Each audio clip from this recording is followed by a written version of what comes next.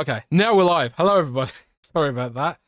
Oh man, I'm so goddamn good and professional at this. But hello, everybody, and hello, Rand. How are you doing today, buddy? I'm doing all right. You know what? We're gonna have to start taking for up in the Patreon a bit so we can afford the PS5 Pro at the end of the year. You know what I mean? That is true. It's yeah, we're gonna be talking about that and a lot of other stuff. And to kick things off, I think we should introduce our awesome guest this month. Yes. It's the illustrious EVERBORN SAGA. And can people in the chat let me know if the audio levels are good enough? But hello, Mr. Conspiracy Theorist himself has What's joined happening? Xbox 2+1. What's happening? What's happening? You know, I own the conspiracy theorist name. They say I like to wear the tinfoil kufi, so I'm here for it. tinfoil kufi. What's that? Yeah. What's a kufi? It is. I'm gonna let the chat tell you guys, but Okay. it's. I'm gonna have to Google that later, but yeah, man, welcome to the show. I think this is the first time. I think you've talked with us on a Xbox 2 Ultimate before, right? This is the first time you've formally been on Xbox 2+1, which is awesome. Yeah, this is like a bucket list thing, man. Bucket list. Like, Oh, wow. yeah, to be on Xbox 2+1, this is it's kind of huge. I feel like I don't know. I'm gonna need to get security after this. You know what I mean? Start giving out autographs. You can borrow some of Rand's security detail. He's overflowing with it. I just want to know when I'm gonna get the YouTube millions. I mean, I'll let you know when I get them, and then I'll send some of them your way. You've been promising Jez that a long time. I don't know, Rand. I'm still waiting for my cut. There is no such thing as YouTube millions. I don't know. Ask Mr. Beast about that. But dude, well, he may have some. I think he's got YouTube billions at this point. But that's probably true. But for those who are listening, everyone who perhaps aren't familiar with yourself, can you let the good people of YouTube and the Xbox 2 community know a little bit more about yourself and what you've been up to? Because you have a big Kickstarter going on right now, right? I do have a big Kickstarter going on. You should check it out. I hope there's a link somewhere, but if not, I'll add it to the chat. There's a link in the description. Yep. Fantastic. Yeah, I am the creator of the EVERBORN universe, and that is it's sort of a transmedia IP. We started with a video game back in the Windows Phone days, by the way. Fist bump to Jez. And from there, it just grew. We started world building from that game for the sequel. And as we were building that, Windows Phone kind of got dragged out to the back by Satya Nadella and dealt with. But with all the work we put together for the sequel, we didn't want to throw it away because we couldn't easily port to the other mobile platforms. So I started writing some more, and that turned into a comic series. And then we had very big lead characters in it. And so I decided to separate their stories out into different series in the same thing. So it's sort of like a connected universe, like the MCU, but it is basically Western style fantasy mixed with shonen style manga. And we've gone from there. We released our first chapter in 2019. This is now our 7th release across 3 separate series. And yeah, people are starting to seem to like it. And so we're doing this Kickstarter campaign now to get the word out. And we've done a bunch of other things in terms of other merchandising and things, but this is an entirely independently owned and created and written endeavor. So when there's a game, I do all the coding. When I can't draw to save my life, so there is an art team, but when you read an EVERBORN comic, those are all my words. And yeah, I so, and we put a lot of work in it. The biggest thing for us is we want to stand our books next to any of the majors. So whether you're in Marvel, DC, whether you're into Shonen Jump, any of that. We want our stuff to stand right next to that, and not, we're indie, but we always strive to never feel indie. I was checking out the Kickstarter earlier before we went live, and I was really impressed with the quality of the art that you're putting together. Considering you're self-described as a sort of indie project, so if you guys are interested in that kind of stuff, especially if you like shonen stuff, like the art style is it's reminiscent. It kind of it's would it be wrong to suggest that it's Toriyama inspired, at least in part? I feel a little bit. In Ariel's adventure, absolutely, but it is also like, if you read Prince of Arcadia, that's inspired by Berserk. And if you read the Redlands, which is our other series, that's inspired. That's more like a heist genre in a fantasy setting. So, oh wow. Well, I got a huge respect for anyone who creates anything like that. So, shout out. Also, you guys want to check it out, links in the description on this video. I'll take Everborn's Kickstarter. We need to get Everborn up there, and so one day he can become like the next Brandon Sanderson. Yeah, and then Everborn can share his with the whole publishing empire. Yeah, he's making his own Cosmere books, just coming out constantly. Comics, anime, video games, and they can write the next Kojima game. Yeah, right. And I promise not to go full Kojima. Never go full Kojima, people. Never go full Kojima. No. Speaking of Brandon Sanderson saga, Everborn, are you gonna be able to finish book 4 before book 5 comes out this fall, or what? I'm putting you on the spot. No. This is funny. I have been looking forward to book 4 for like years, right? Rhythm of War. Anyway, I've been looking for it for so long, and then it comes out, and then I get halfway through it, put it down, and then every time I try to get back to it, I don't remember where I left off at. Because unlike Jez, I can't read a 2,000-page book in 3 hours. But you guys are going to shame me, but I do audiobooks, especially for stuff like that. It's not shameful. One of my buddies, Joaquin, he only does audiobooks, and we always have a nice little spirited debate. I know this isn't the book podcast, but I'm curious to get your guys' opinion on this, because we have this debate all the time. If you listen to an audiobook, would you consider that as reading? Like, would you have read it? Or, you know what I'm saying? Because Joaquin, he only does audiobooks. So he's like, oh, I read this and I read that and I read that. And I'm like, but you didn't read it. You listened to it. And ain't nothing wrong with that, right? It's just a different way to consume the same content. Some might even say a better way, because you get actually someone acting out. When putting you on get a play. Good voice actor, because sometimes. Right. But I'm curious, because I don't consider, if you're listening to an audiobook, like all the people listening to the show right now, they're listening to the show. You wouldn't go, hey, you know what? I read the latest Random Jazz podcast. You know what I mean? We did get all the information in the Random Jazz podcast. So, tomato, I say.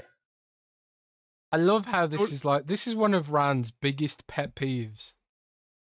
It's like when Rand's 2 biggest pet peeves in his life are A, whether or not audiobooks are actually reading books, and B, whether TV shows launch episodically or all at once in a binge format. Those are the 2 biggest things that negatively impact Rand right now. But, there's been a lot of interesting impact, speaking of impact, this week already. And we're on Tuesday of the week, and we've had some major gaming news drop already the last couple of days. Yeah. Obviously, when this podcast has been recorded, it's Tuesday now, and it's exclusive on patreon.com/XB2 initially, and then it goes out to the rest of the general public a few days later on my YouTube channel. But as of recording and right this minute, the PlayStation 5 Pro was just announced a couple of hours ago, after a year of rumors and speculation. Big shout out to Tom Henderson there, Insider Gaming reporting has been. Yeah, he got everything right. Everything hardware wise that they were doing. He nailed everything. Tom Henderson nailed everything. He reminds me of a young me. You know, a young Jez Corden. Oh man, you know, reporting on the Series S. Then major outlets were like, "Oh, there's no Series S. It doesn't exist." Do you remember that when like Jez and Brad Sams were on the case reporting about the Series S, and then eventually it went on for so long that people didn't believe it was real? Yeah. Well, part of that was that Microsoft tried to debunk what Brad Sams was saying, even though he was correct about it. And Jez, you see this all the time. People don't like the information that you're reporting, and now you're a liar. You're a liar or doing it for clicks.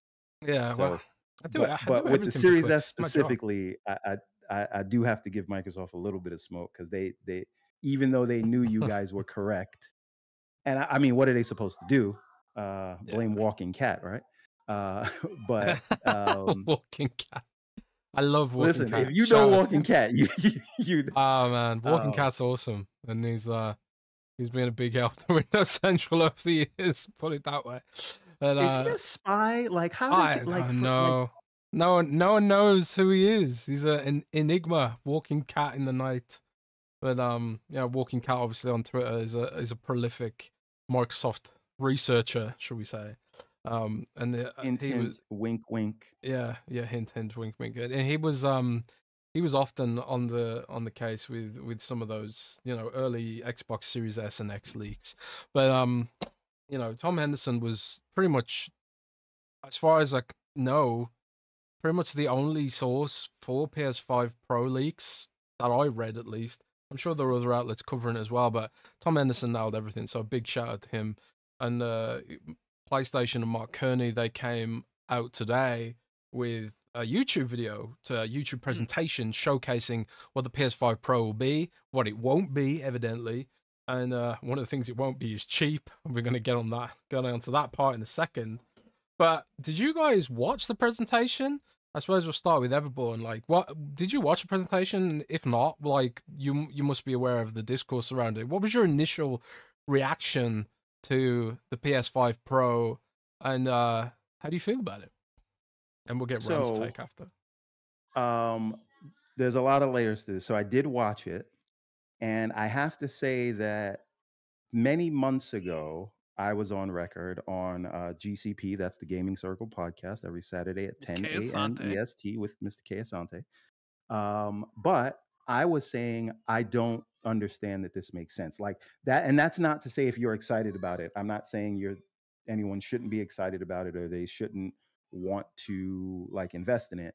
I'm saying like I couldn't see it making sense in my head because I said they would have to charge like an arm and a leg, because if we look at the way the parts pricing is going these days, they have not been able to lower prices, and typically prices would be lower by this point in the generation, and they've in fact had to increase prices. So I figured there's no way they would do this because the price to make it work would just be too high for it to make sense, because they would have had to, you know, charge an arm and a leg. And now it turns out they're charging an arm and a leg and an ass cheek. So they did it. I love that. But I fully admit to being an old man. I'm going to be 43 this year. I'm older than you. Oh no. So my eyes are already starting not to work. So neither is my back, right? But what he showed on the screen, I could not see the difference. Yeah. And the thing that really stuck out to me at the end was it's all digital for $699. I think sorry, go on. Just this one thing. If we're really looking at it, that means the all digital regular PS5 right now is $449. That means this is a $250 upcharge, plus another $80 if you do still want to use your discs. Well, they do give you an extra terabyte of storage. It's 2 terabytes of storage. Sure, this one, absolutely. So still $250 though.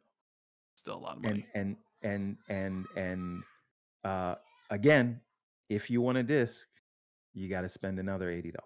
Mm, That and for whoever's boat that floats, if you like it, I love it. But let's just say I was very surprised by the price. But I, you know, I just in April moved to like a 4090 GPU monster rig. You know what that's about, Rand. I do. Um, Well, some of it, I so, suppose. right. So I am not like pocket watching, right? I can't I can't tell anybody that they shouldn't purchase this or shouldn't be excited about it, because I might go ahead and get the 5090 when this comes. I'm not going to get a whole new machine, but you know what I'm saying. So I see why enthusiasts would want it, and that's who they made it for. But goddamn, Sticker shock, right? Sticker shock. yeah. I learned that term for the first time today. I've never heard that before. It's more of an American-centric term, but sticker shock. I mean, were you guys that shocked about it? Like, I put a No. poll out yesterday. I put a Yeah. poll out yesterday. How much do you think it will cost?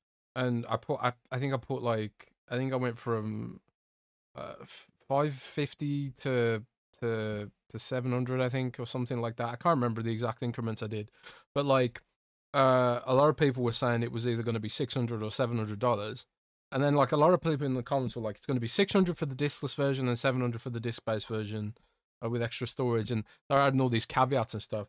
So like it felt like a lot of people expected to see a $700 price point in there somewhere, but it also felt like a lot of people thought that would be the high-end model or something, not the base model. So Yeah. it's. Were you surprised at the price, Rand? No. No, absolutely not.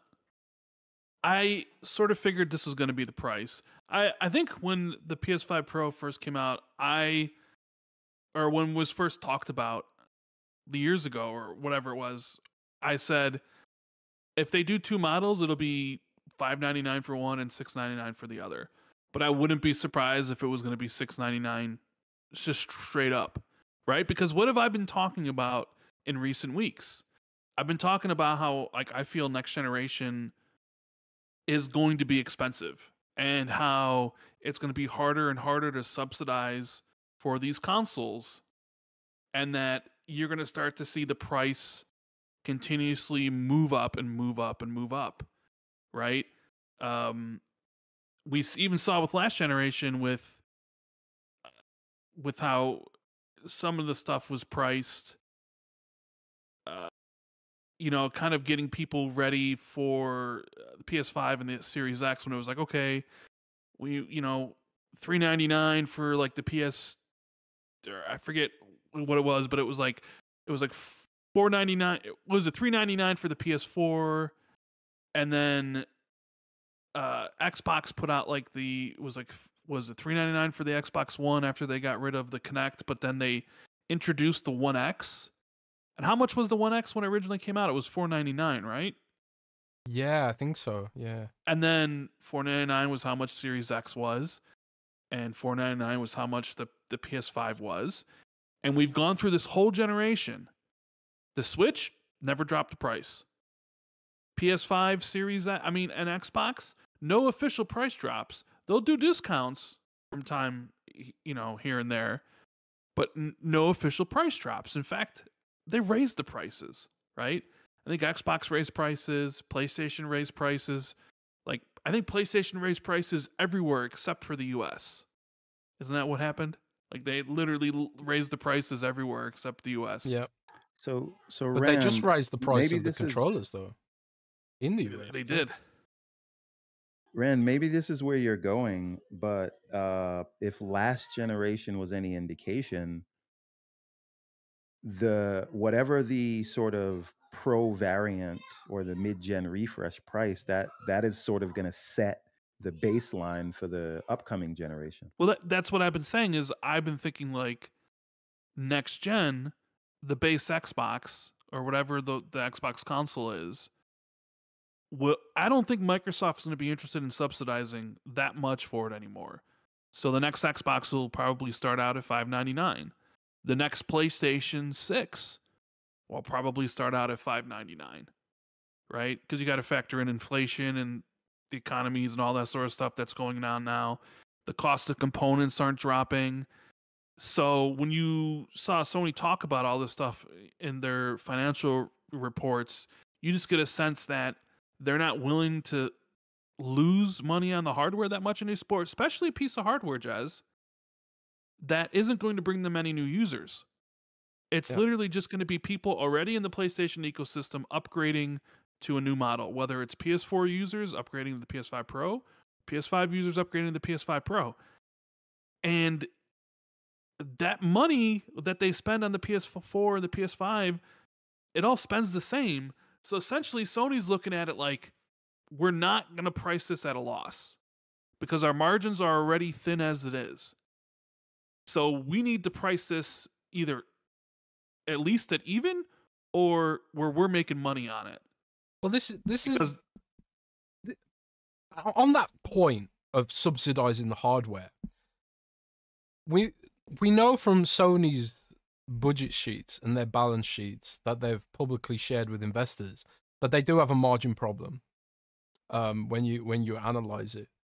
But Xbox doesn't offer that kind of granular information. But Xbox, well, now they've got Candy Crush and they've got Call of Duty and they've got World of Warcraft. I just bought a fucking bear in World of Warcraft for 17 quid, for example.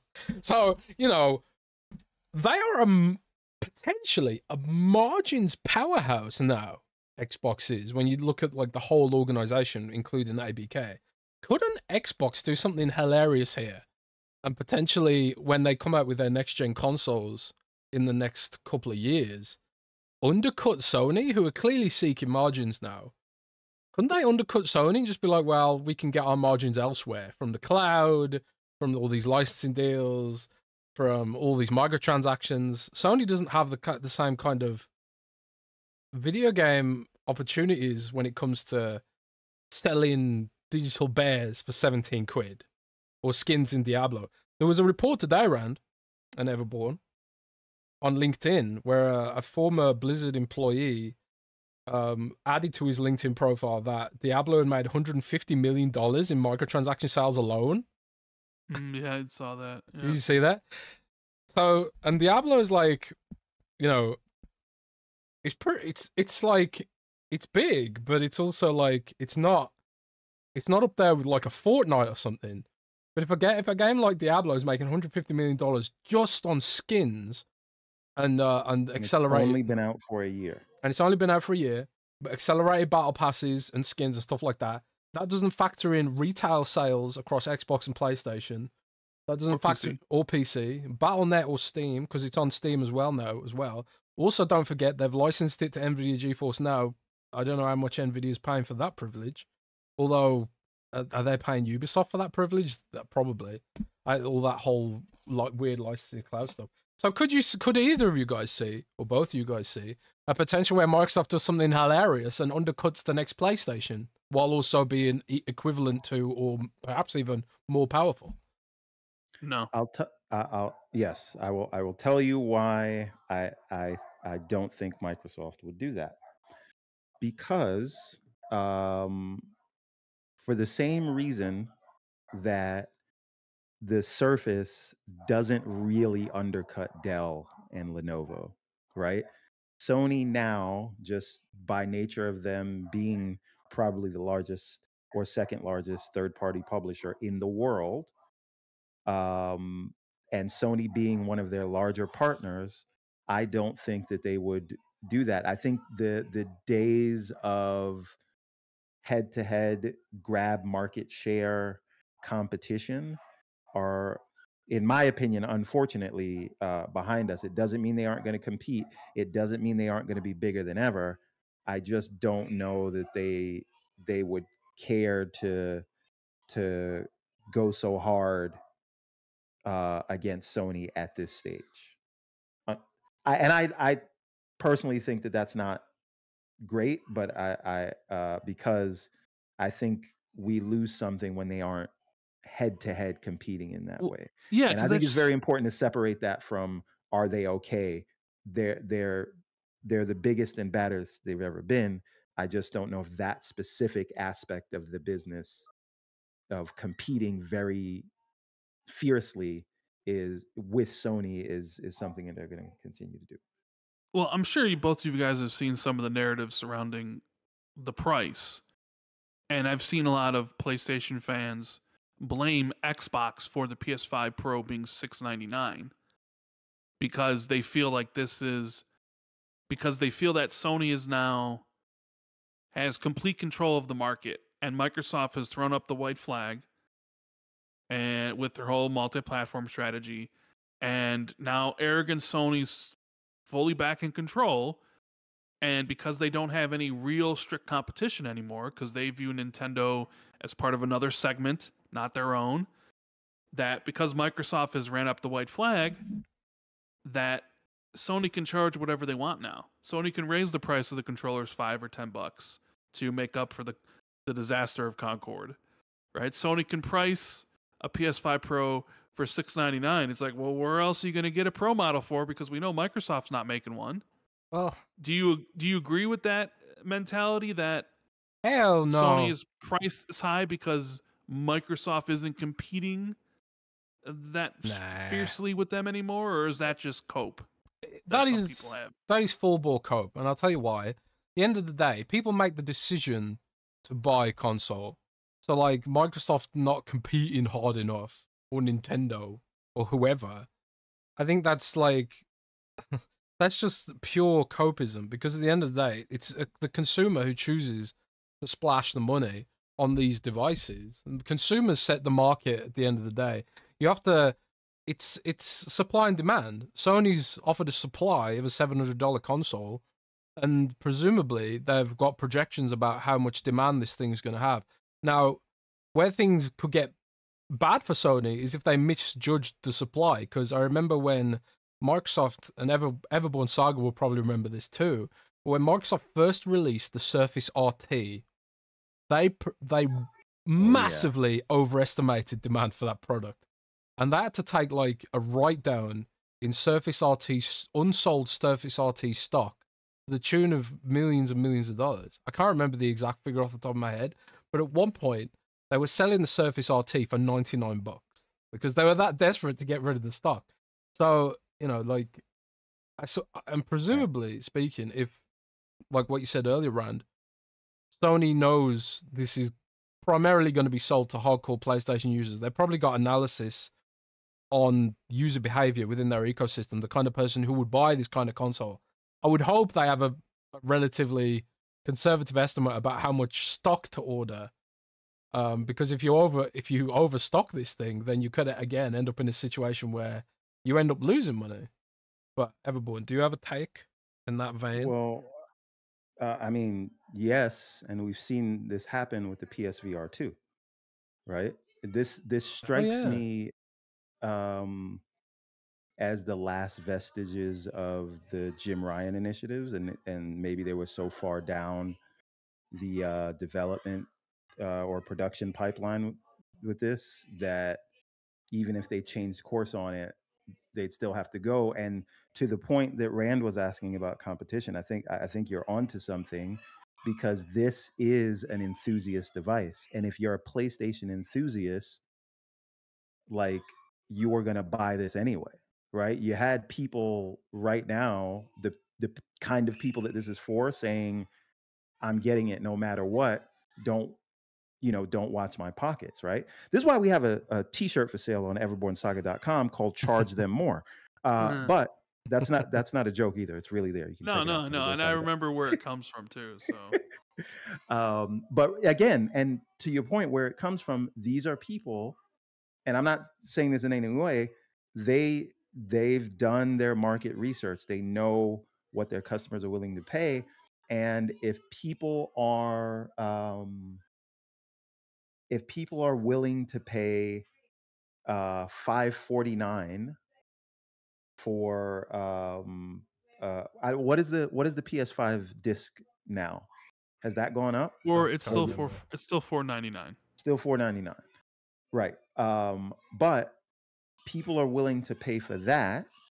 So what realistically, if they couldn't, if the market is not in a place where they could drop the price on that, and part of the reason the prices haven't gone down for anyone, like you said, is inflation, uh, component costs, all those things factor into what they can offer at what price.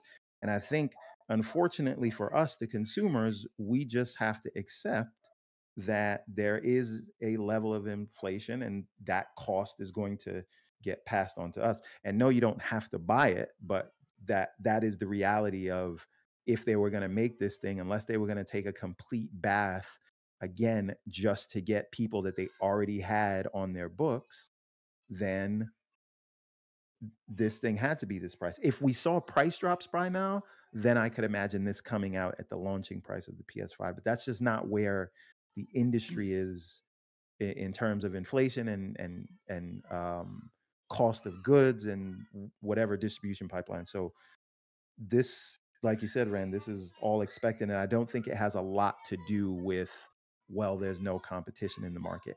That being said, if there was a Series X Pro looming, I do feel there would have been some sensitivity, but not much.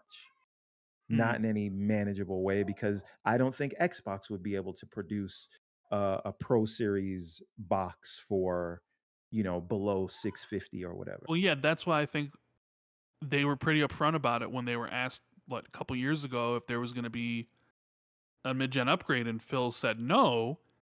And I sort of feel like they spec'd one out, maybe prototyped it, and were like, to sell this and not take a bath on it, we would have to sell this thing for $650, $700. And Microsoft has a problem selling hardware, their own hardware, at $499 and $299. So it's like, yeah, it's probably not worth it for like the minimal upgrade it would be. And I'm going to talk about that in a minute, because I think that's maybe one of the bigger issues here. But I also feel like the price of this PS5 Pro was sort of telegraphed to us at Xbox's summer showcase.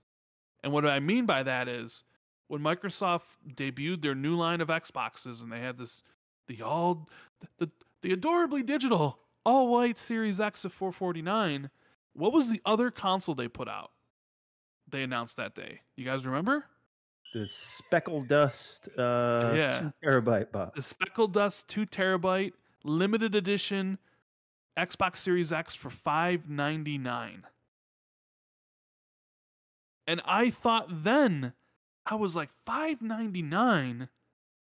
That is going to be tough to move if the PS5 Pro is literally the same price. And wouldn't you know it, it didn't end up being the same price. It was $100 more, because it has a better GPU and an extra terabyte of it. Like, we should have known then that the PS5 Pro was going to be targeting $699, simply because Microsoft was going to be having a version of the Xbox Series X of $599. Jez, what do you think about that? Sorry, can you repeat that last part?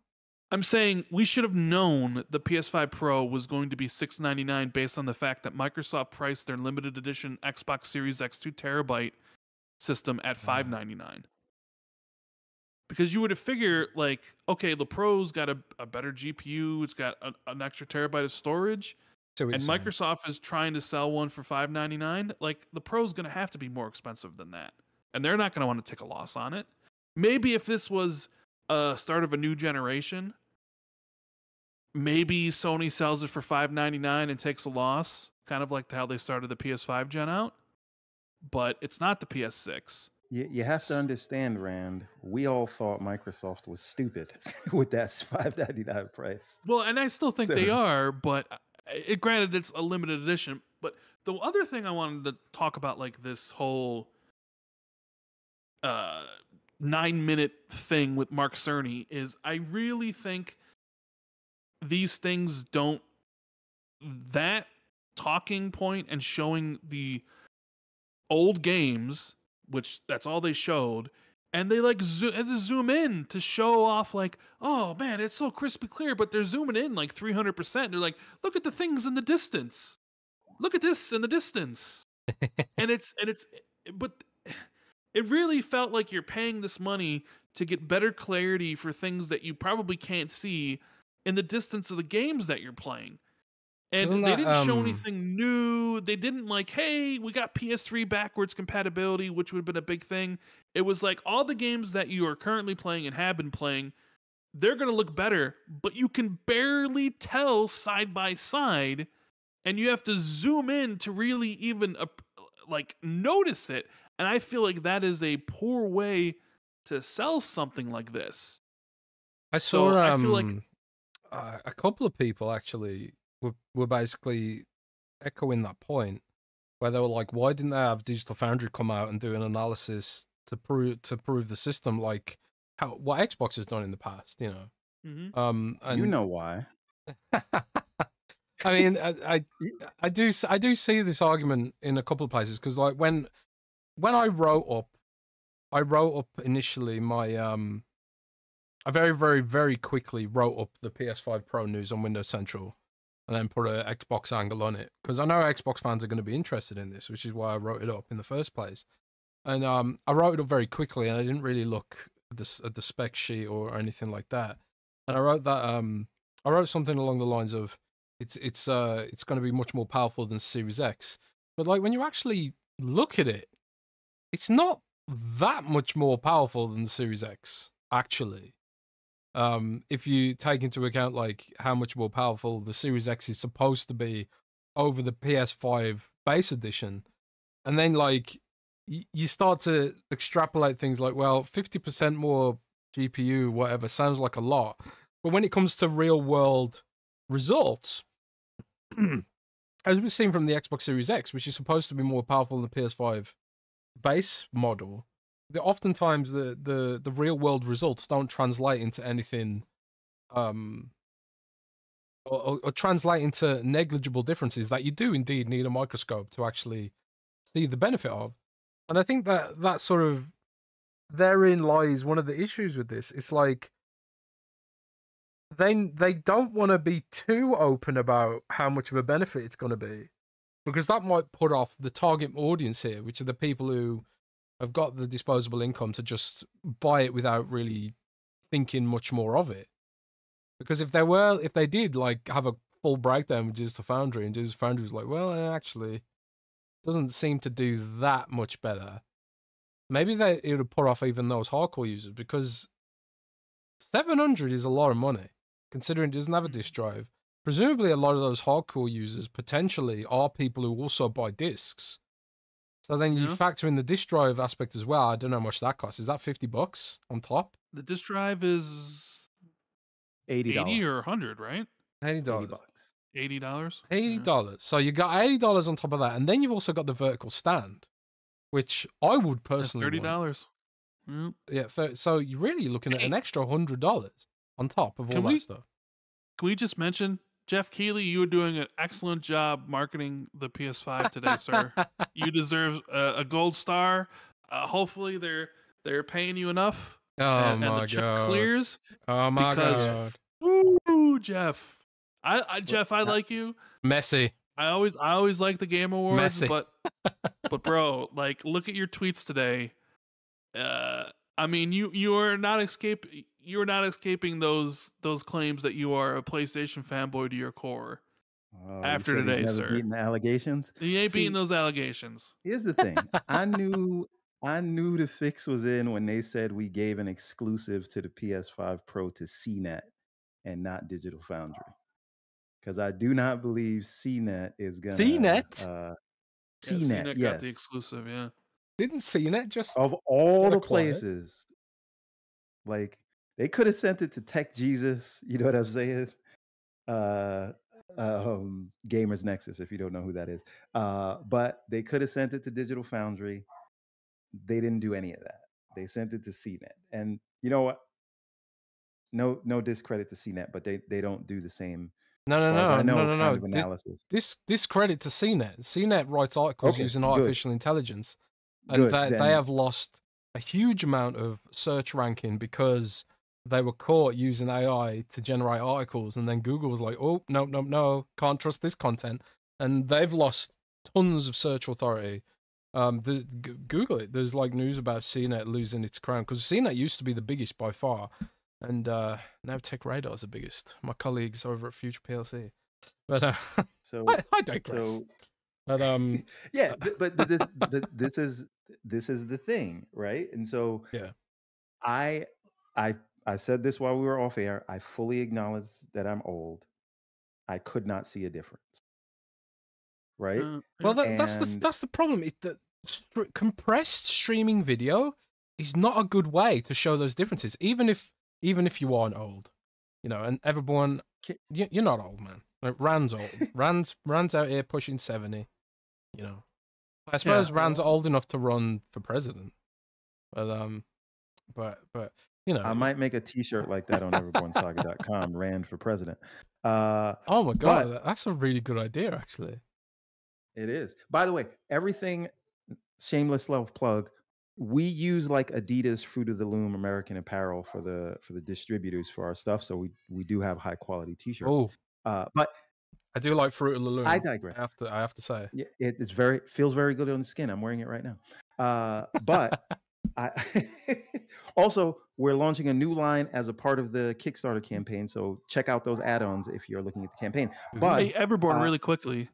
yes, Scarecrow 121 in the chat earlier said that he just backed your Everborn Thank you so Ariel's much. Adventure Chapter 2 on Kickstarter at a $75 tier. Oh damn! So fantastic. And if he is in the tri-state area and will be at New York Comic Con this year, he can pick up his pledge in person because the book is already done.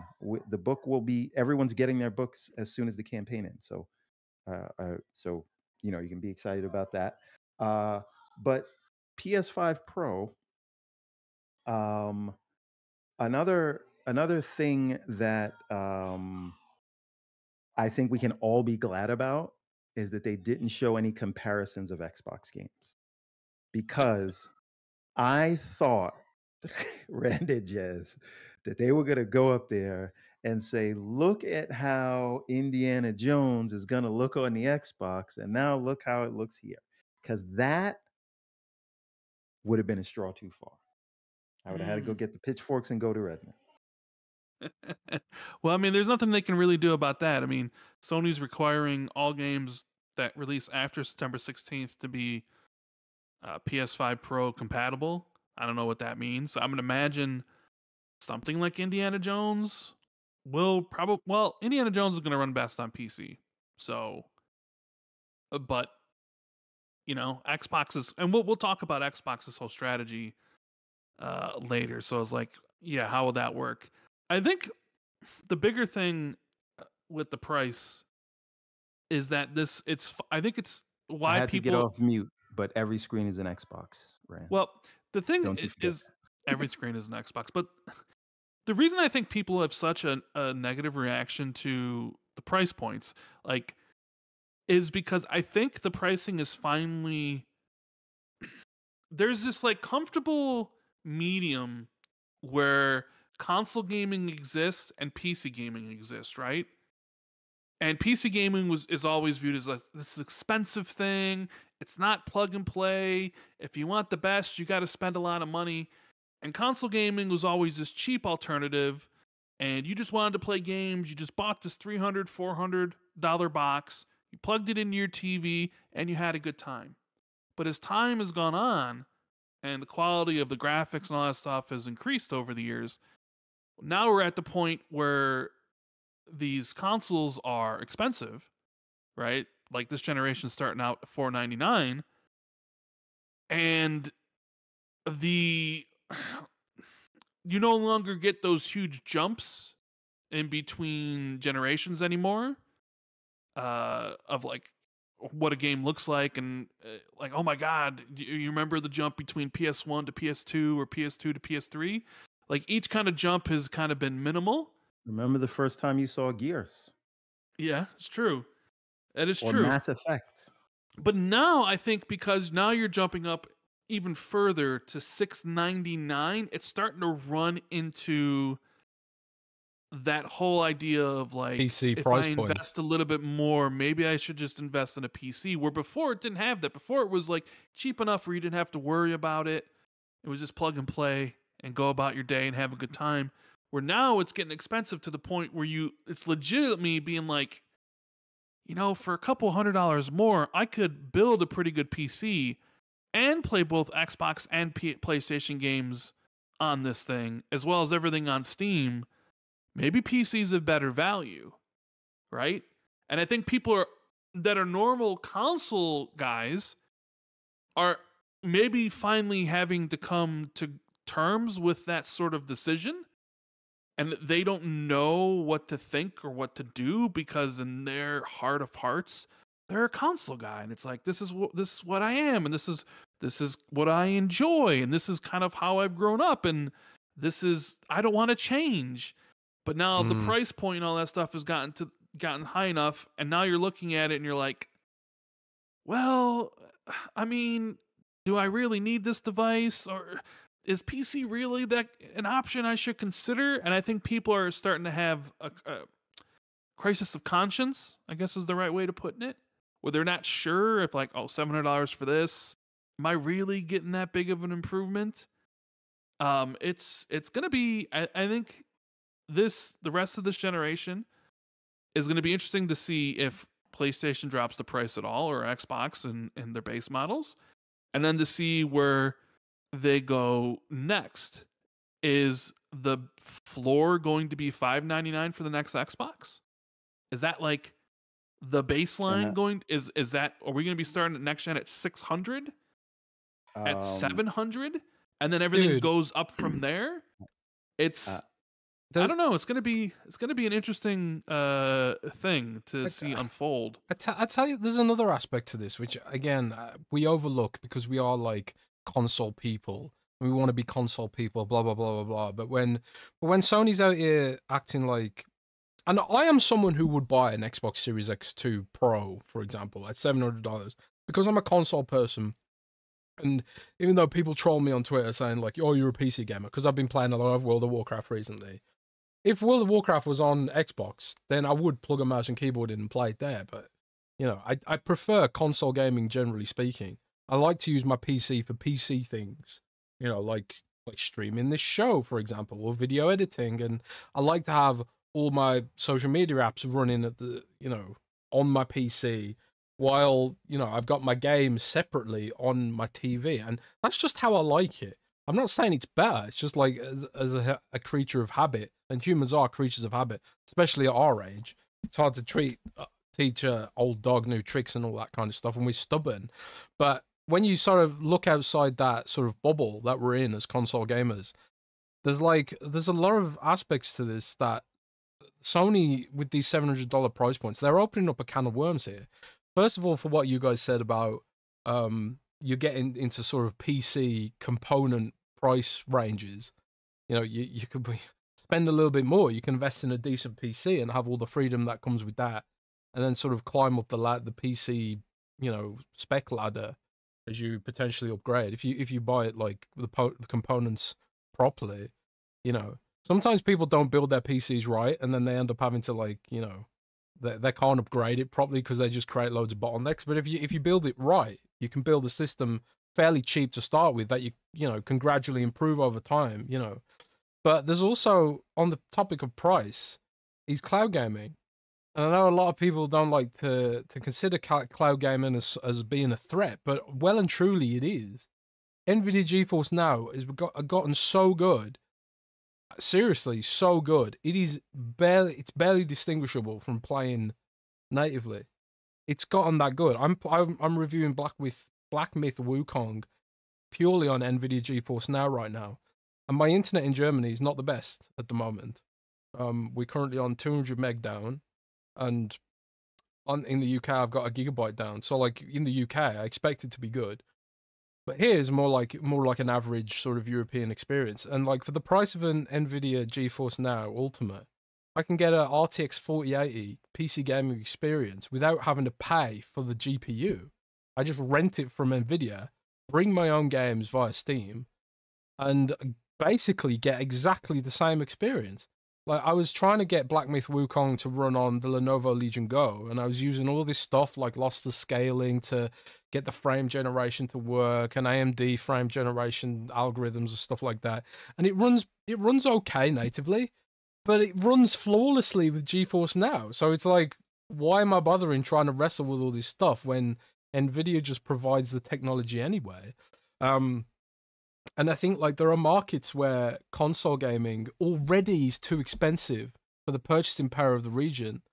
I wrote an article today based on a report from Bloomberg Intelligence that says India will become a cloud gaming powerhouse over the next decade as it rolls out 5G and it rolls out fiber optic broadband and stuff like that. Because nobody there has ever sort of developed a habit for console gaming because they've never had the purchasing power. But they may well develop a habit for cloud gaming, which will be orders of magnitude more affordable. So it could be like Microsoft and Sony potentially going for these $700 price points. They could be creating this self-fulfilling prophecy of pushing more people towards PC, but also, you know, cloud gaming services as well. And that sort of creates these questions of ownership again, and, you know, losing the disk drive, and do we ever actually own our games anymore?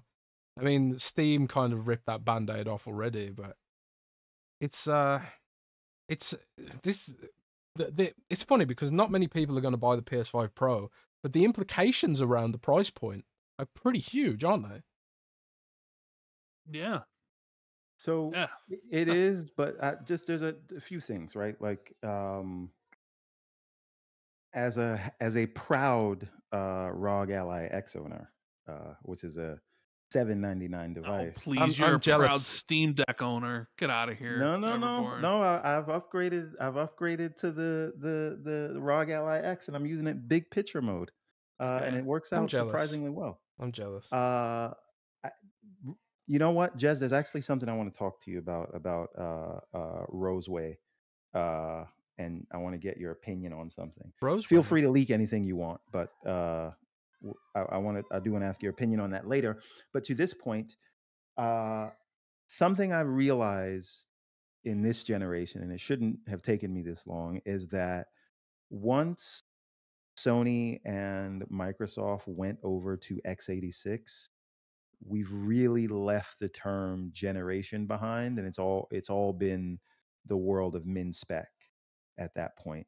And so it's really just going to be like this rolling, we're going to introduce newer hardware, it'll be more expensive, but the old stuff will still play on your stuff, and you upgrade when you feel like it, right? That's true, and And that's why like that's why I think the Series S just gets this unfair layers of criticism.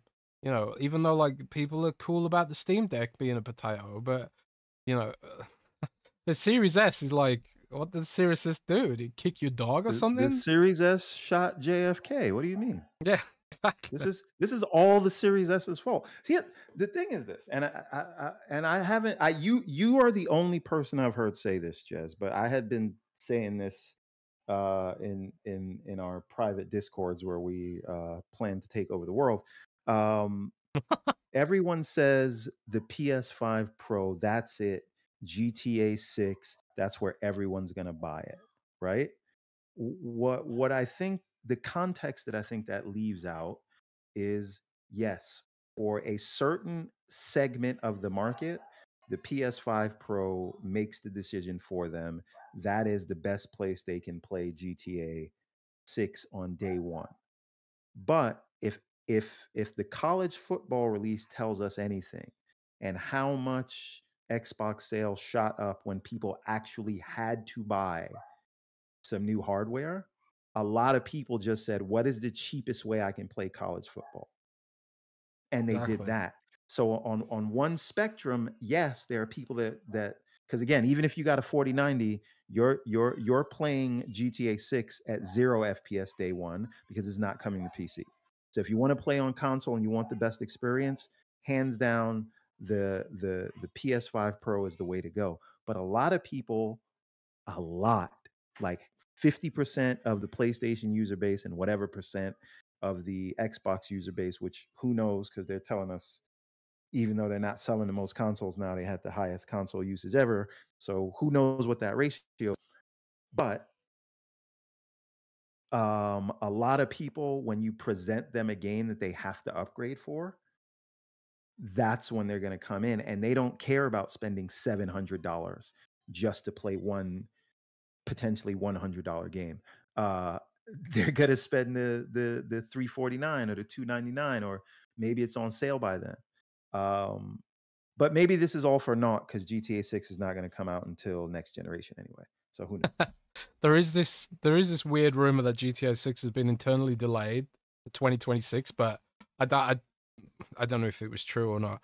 But you're completely right. Like, people who say like, oh, the PS5 Pros makes Xbox look bad because it'll have the best version, but nobody says, well, the Xbox Series S will make Xbox look good because it'll be the most affordable way to play the game. And I think like with a zeitgeist busting game like Grand Theft Auto, having the most affordable option on the market is definitely going to appeal to a big section of the overall pie, especially youngsters. Because let's face it, GTA is 18 rated game, or R rated, or whatever you call it in America. We call it 18 rated over here, but literally every kid on Earth is going to want to play Grand Theft Auto. 18. Yeah, Peggy 18 or whatever. Every kid on Earth is going to want to play that. I remember when I was a kid going to I think it was called Electronics Boutique back then, and like trying to convince the dude to let me buy Grand Theft Auto. Every kid wanted to play Grand Theft Auto, and every kid will play Grand Theft Auto.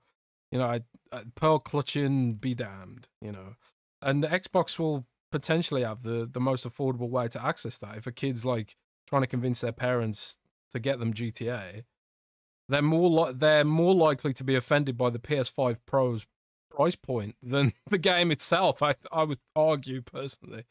But hey, maybe I'm wrong. Some people are speculating, hey, maybe the PS5 Pro's price point will drop when GTA 6 hits. It's like, but just like they speculated the regular PS5 price would drop when the Pro came out. It's like, why would you drop the price when you know people have to buy the system because they have to upgrade from PS4 to PS5? And if this is a margin play, like we all think it is, why would they lower the price? You know, it's not like the price point of any of those components is going to come down anytime soon. This is now the base price of the universe we now live in. We now live in a universe that is just expensive. That's the fact of the matter, you know, for better or worse. Yeah. And people ask me if I'm going to get it, right? Like, oh, are you going to get the PS5 Pro? And I've said repeatedly on Xbox 2 that no, I don't use the PS5 enough to justify spending that type of money on a system I turn on a couple times a year to play the games. Like right now I'm playing Astrobot. Loving Astrobot, right? I think I played Final Fantasy VII Remake on PlayStation this year. I played Stellar Blade. I think I played like 4 games on PlayStation this year. But I'll play like 35 games on Xbox. Now, if this was an Xbox Series X2 and it was a $700 upgrade, I probably would get it day one because I know I would get the value out of it for me based off of how much I use the system every single day, knowing that we still have X amount of years until, you know, the next system comes out and I can trade in my current one to cut some of that price off. So no, like I have no interest in getting the PS5, and I'm seeing a bunch of polls everywhere. Jeff Keighley's poll is people hated this whole thing. It's like a D. Even on Sony loving Reset Era, PlayStation loving Reset Era, there's a poll there. Will you be picking up a PS5 Pro? And it's 86.6% no and 13.4% yes, with 4,400 people voting no and 685 people voting yes. And so there's a lot of people who are like, not for that price. But the thing is you don't have to put your money where your mouth is today. Like pre-orders didn't open today. And I feel like some of the people that are saying no, they don't want this system or it's too expensive or whatever, are going to change their minds when suddenly pre-orders open and it's limited and you have to make a choice. And it's like, well, I can just pre-order and cancel at some point because the FOMO monster is out there and it's gonna get you, This right? happens to me every year with the iPhone, by the way. So I hear you. So I'm not really taking anybody at their word about, well, I don't want it right now because you don't. Just pre-orders aren't open. But when they do, it's gonna be like that GIF from Key and Peele where the dude's just sweating bucket loads. You know what I mean? I do think like there is a bunch of people who say they're not going to get it, almost like in a protest at not only the way prices are going, but also the diskless factor of it. You know, I think like a lot of those hardcore users are disc buying users, and that kind of the fact that Sony's making it the disc stuff is no longer the standard. That's like, I thought it would be, well, I suppose in a way it was Microsoft who really started that whole shift, I suppose. But I was going to say, I thought it'd be like Microsoft who shipped a sort of base SKU that was diskless, like, or a flagship SKU, I should say.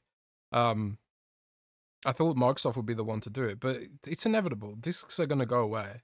Steam kickstarted that process decades ago, and it's just taken the rest of the industry a bunch of time to catch up. I suppose also the rise of PC gaming is like the default now. PC gaming is, but core gaming, PC gaming's just become the default. Like Steam is so much more flexible, so much more games on there, frankly, and so much more variety, so much more social. The mod community and everything about that stuff, like, is totally trounced what the closed platforms currently offer with those devices. And part of it is, like, I wrote an editorial about this that nobody read. Part of it is having a keyboard attached. Just the simple fact that you've got a keyboard permanently attached to the system automatically is going to make it more social as a platform, but that's a discussion for another day. Yeah. But well, yes, does that mean both the next Xbox and the next PlayStation are gonna be diskless by default? I think it does. 1000%. Jez, you brought up something super interesting, and since there's an expanded audience here, I wanna evangelize a little bit. Folks like myself and John Wolf and others in the community, we've rallied around a banner, and it's called the CEG movement, and that's the console experience gamer. And these are guys that have dipped in the waters of Lake Minnetonka that is PC, and we've connected our PCs directly to our TVs, the big OLEDs that the consoles were connected to, and we just run big picture mode. Right? You use your PC like it's a console. There's nothing installed on this 4090 rig that I'm talking about except Steam and the Xbox app. I press my Xbox button, it wakes up the PC. I'm immediately boot into big picture mode. There's no OneDrive running. There's no Office 365. There's no pop-ups. It's a single purpose device. Dude, I'm already in that. I'm already in that by virtue of having a Samsung television, because my Samsung television has NVIDIA GeForce Now built into it. There you go. Which gives me Steam. What I've come to realize, and when I moved over to PC, I named my PC Xbox Series X Pro because every screen's an Xbox, people. But when you get over there, you realize Steam is really where it's at, right? From everything you talked about, with socials to all the games coming there, and just this is something you talked about last week. There are many games that come to Game Pass that I have access to. My subscription's paid till like 2026. And I'll end up buying them on Steam because the Xbox version is out of date or is missing upscaling features, or sometimes just won't even launch.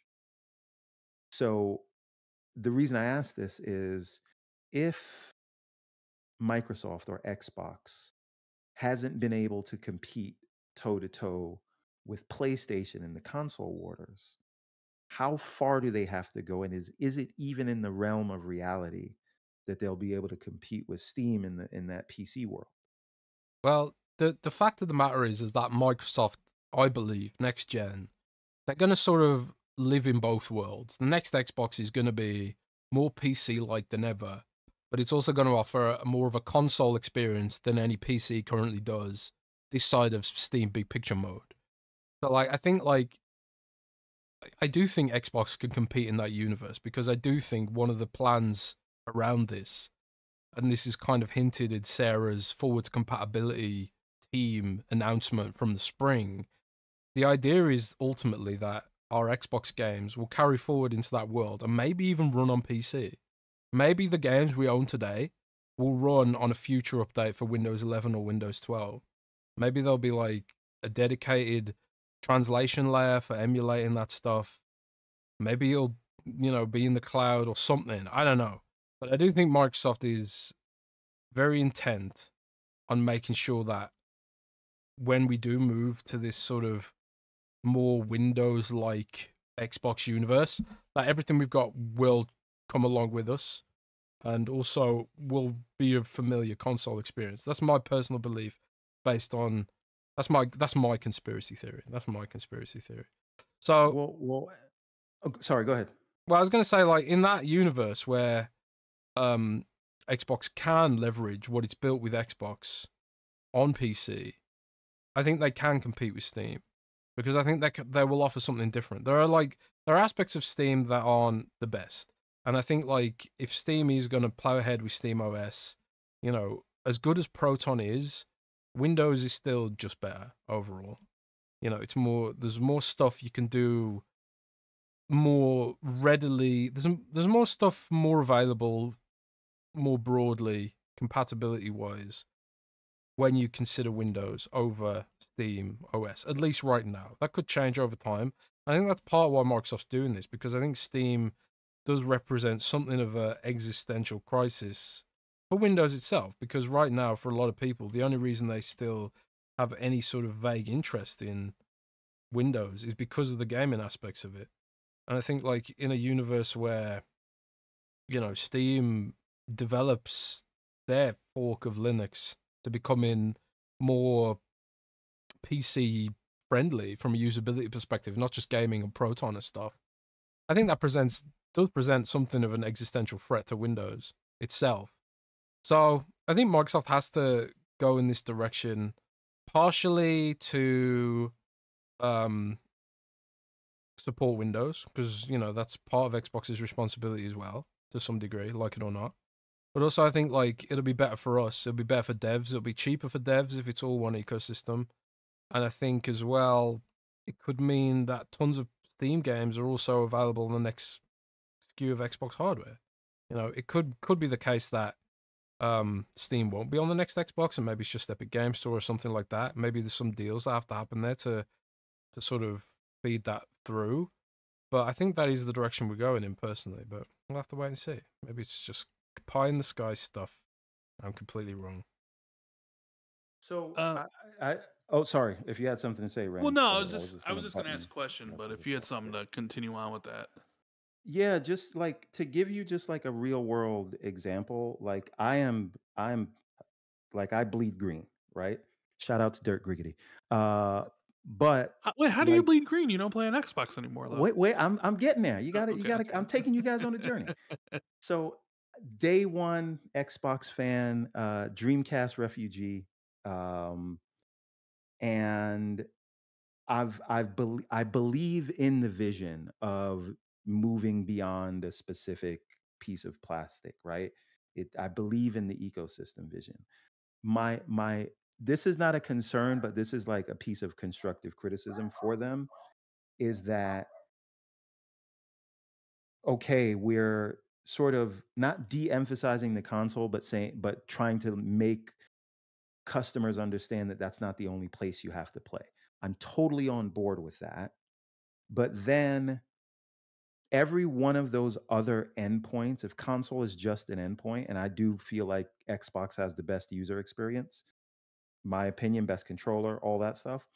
But when we get to those other endpoints like cloud, GeForce Now is better than what Xbox is offering, right? When we get to PC, in terms of the seamlessness, Steam is doing better at PC games, and that's not just from the number of games they get. It's the features, it's the usability, right? It is the just works nature of it.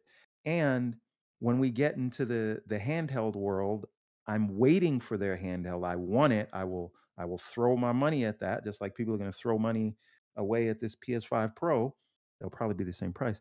But you know, this idea of picking up and going, like you can do it a little bit, but you have to make sure it's a first party game or that they've signed some kind of deal for play anywhere. And that is not the case on every game. But when I buy a game on Steam, I can play it on my 4090 rig that's connected to the TV, and then I can pick it up on the ROG Ally or the Steam Deck and not even think about it. And so ecosystem wise, I see that there's a lot of work for them to do. And I really want them, if they're going to sell this ecosystem play of the console just being an endpoint so they don't have to service it the way that they used to, then they need to make sure that the other endpoints are up to par. Like where can they be best in class instead of just sort of being everywhere? But when you get over there, like I believe them. I went over to PC. I said it was an easy transition because I get my Game Pass games and everything. All their first party stuff has been Play Anywhere since what, 2015, 2016. So I said fine. But then I get over there, and then the Xbox app, even though they've made updates, and I don't want to take away from what they've done, but it's just not where it needs to be. And so, I get over to PC, and now I hardly launch the Xbox app, and I'm always in Steam. And I think that that's a thing that they need to keep their eye on if they're going to like sort of move away from servicing the hardcore to service everyone. And then when you get to those other endpoints, they're just not the best in class. I think it's a problem. So my question, I hope someone from Microsoft is listening to this, but Jez, what do you say to that? I agree that I actually spoke to someone at Xbox today and said that I think they're spreading themselves a little bit thin when they're trying to pitch this ecosystem that you're describing. And then they've got all these separate issues, a variety of issues across the board. Like the other day, I posted some footage from the cloud of I was playing Vampire Survivors at my in-laws' house. Because, they're all speaking German, couldn't understand them. So I fired up cloud gaming, played some Vampire Survivors. And someone pointed out to me that Vampire Survivors is like the only game on xCloud that uses a higher bitrate. And it does that because there's so much stuff going on screen that if they didn't do a higher bitrate for Vampire Survivors, it would look just awful, right? Whereas, I think platforms like GeForce Now just offer a higher bitrate as standard rather than trying to game the system and just okay, well, this game can have a higher bitrate, this game doesn't need a higher bitrate, whatever. Maybe that's the best way to do it economically speaking, but it's not. xCloud is definitely not the best it could be right now. It doesn't offer the best experience, especially considering the price. There's things like missing family plan, bring your own games, all that kind of stuff. But Nvidia has its own issues too. I got a bunch of bugs with it right now. My Game Pass library on PC won't sync for some reason. Trying to figure out why that doesn't work. And also the whole way with the really annoying thing with GeForce Now, having you boot up a game and then you have to sign into Steam again on some games, and you have to wait for Steam to boot up inside the virtual machine that you've just loaded. It's not the best experience. It works once you've got in, but it's just not as intuitive as Xbox Cloud Gaming. So I do think all the platforms that are trying to compete in this space have things they need to work on. But if we're just talking about Xbox right now, I agree that they are spreading themselves thin in a lot of ways. And I do wonder, I think that's one of the big pain points right now for, I think, the core Xbox community, is that for a long time, Xbox's sole focus was console. And we got all the developer sort of budget with, all the features were all for us. There was no development on PC. There's no development in cloud. None of that stuff mattered. It was all fully all in on console. And nowadays, we ain't that important to them anymore. We're sort of playing second fiddle. while Microsoft, runs away and tries to figure out all this other stuff it wants to do. And I think that they do run a risk of like becoming a jack of all trades, master of none. But that's always been Microsoft, to be honest. Kind of like Microsoft's whole thing is just like, yeah, we're gonna do everything and not be the best at it, but maybe we'll be the most affordable or offer the best value, or that tends to be what Microsoft goes for. Is this sort of like plurality of services and this diversity of trying to do everything and then just not managing to make anything best in class. We saw it with Windows Phone. I mean, we saw it with Bing, for God's sake. AI now as well. They're not offering the best experience there either.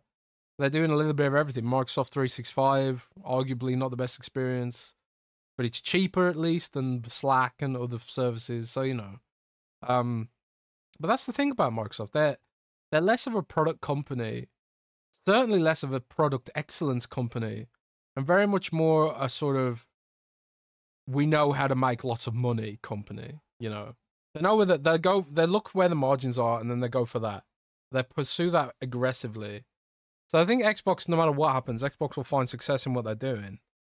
I just think it'll be this weird frustration that I think a lot of Xbox fans have had for a long time, where it's like, this could be so much better so easily. They just, did a little bit more on it. But I don't know. Maybe I'm being too harsh.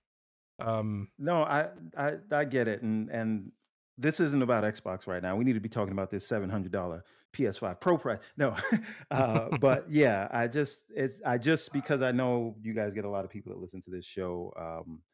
I just wanted to say that because I think they're on the right track. They just have to hone in on what makes them great.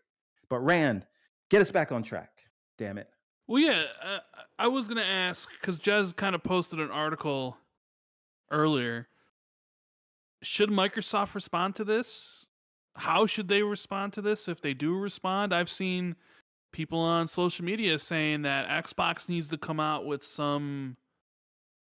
I saw Destin Legary come out and say that Microsoft needs to come out and immediately announce the Xbox handheld.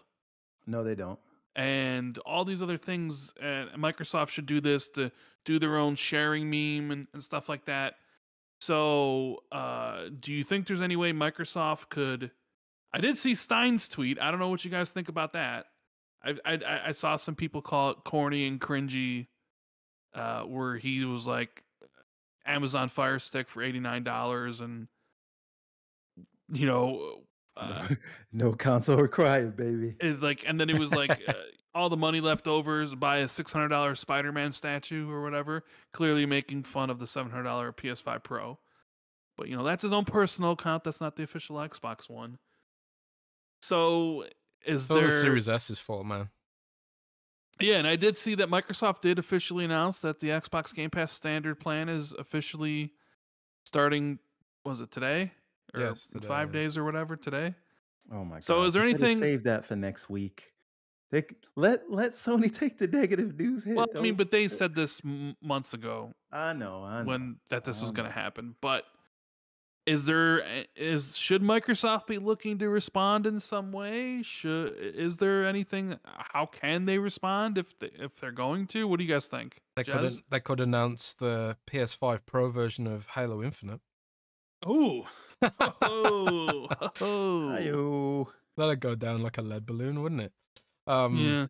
I don't know if they necessarily need to respond at all. I think at the end of the day, this is for a subset of users at the end of the day, and Xbox has been happy to just keep on doing what it's doing for God knows how long now, without much consideration for like the feelings of the wider gaming community.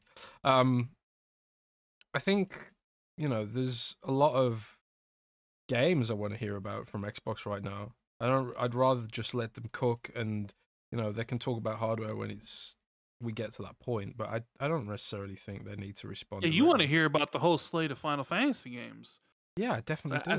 I saw articles being posted about you, forum posts about you. Just according to Windows Centrals, here's the whole slate of Final Fantasy games that's coming to Xbox. Yeah, a bunch of Reset era people backed that Nate dude backed it, and Midori dude who was apparently caught pretending to be a girl or something like that. I don't know, but But they backed it as well. yeah, they said they heard similar, but and I don't have the most robust reporting on this, which is why it's a talking point in the podcast rather than reporting Windows Central. But yeah, I am more increasingly just more interested in the games, and because like I think Everborn said earlier on in the show, we've gotten to a point where we don't have these huge leaps in technology anymore that we used to have.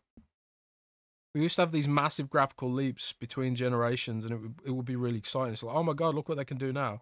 And I do think there'll be some of that down the line, but it won't come from devs having to put more work in. So I think we've pretty much hit the limit on how much money devs can actually make with gaming now.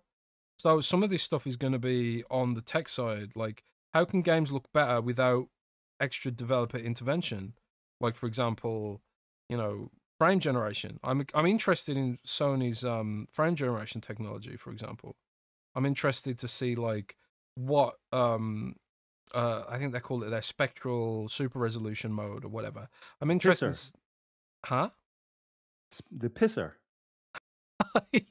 PSSR. It's the pisser. A pisser, yeah. I I didn't realize that until you said it. But yeah, I suppose it is called the pisser, which is funny. But I'm interested to see what that can do, because I do think frame generation tech has some role to play in what this stuff looks like. And I heard from a developer recently that the Nintendo Switch 2 will have some form of frame generation technology in it as well.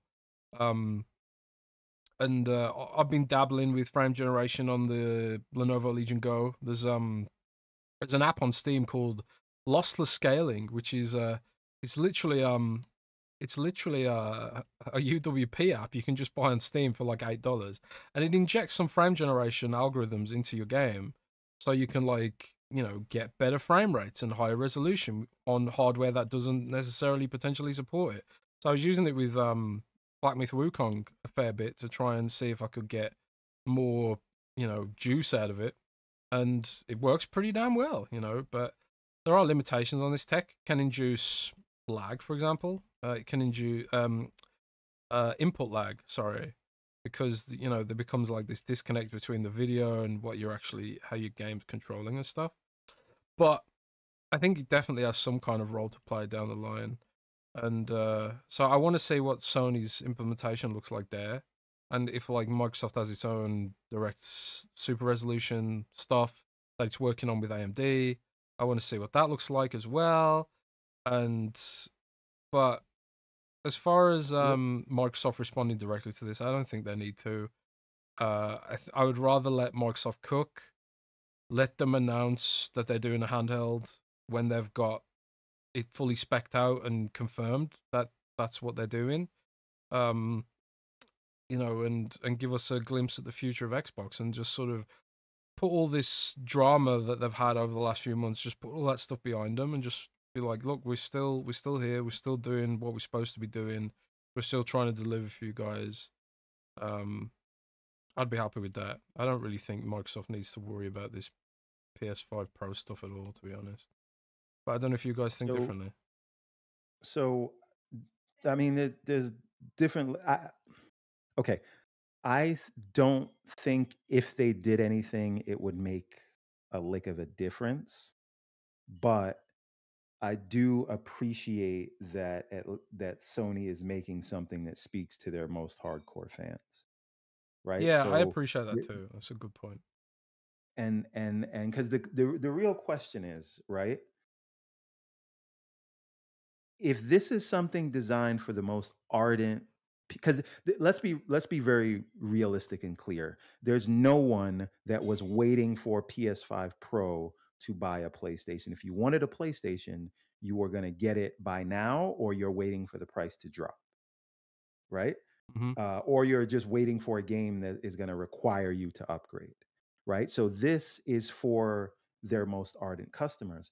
And if Xbox had a Xbox Series X Pro, that would be for the three of us and probably most of the people in this chat. It would not be something that would take customers away from PlayStation because, again, people buying the Pro are hardcore PlayStation fans. And they are not going to switch platforms just because Xbox has another, like the Xbox One X, I'm sorry, was a better device all around, according to Digital Foundry, than the PS4 Pro. Did that make anyone switch over to the Xbox? Nope. Right?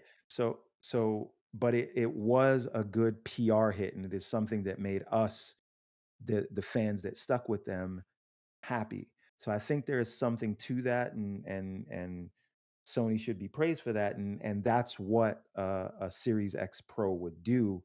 But it definitely wouldn't be for a competition era; it'd just be for a user satisfaction thing. But I think what a lot of this isn't just Microsoft. What they're seeing is, what is the cost of new user acquisition, right? And so how much money am I going to have to spend in exclusive content, in things like a pro variant system and all those things, just to fight over the same 250 million people that we've been fighting over for 20 years? Right? And Mm-hmm. so they're just making these cold equations, and they decide that that juice is not worth the squeeze. That sucks if you really want to see them compete, and I do think we lose something. And this is why I hate the argument, is why don't you care that they're not trying, at least not trying in the way that they used to. They're trying something different. They're trying very hard. A lot of hardworking people don't want to take away from them. But I think we, as fans and consumers, lose something if we move to a world where all three of the major platform holders are operating in their own silos, right?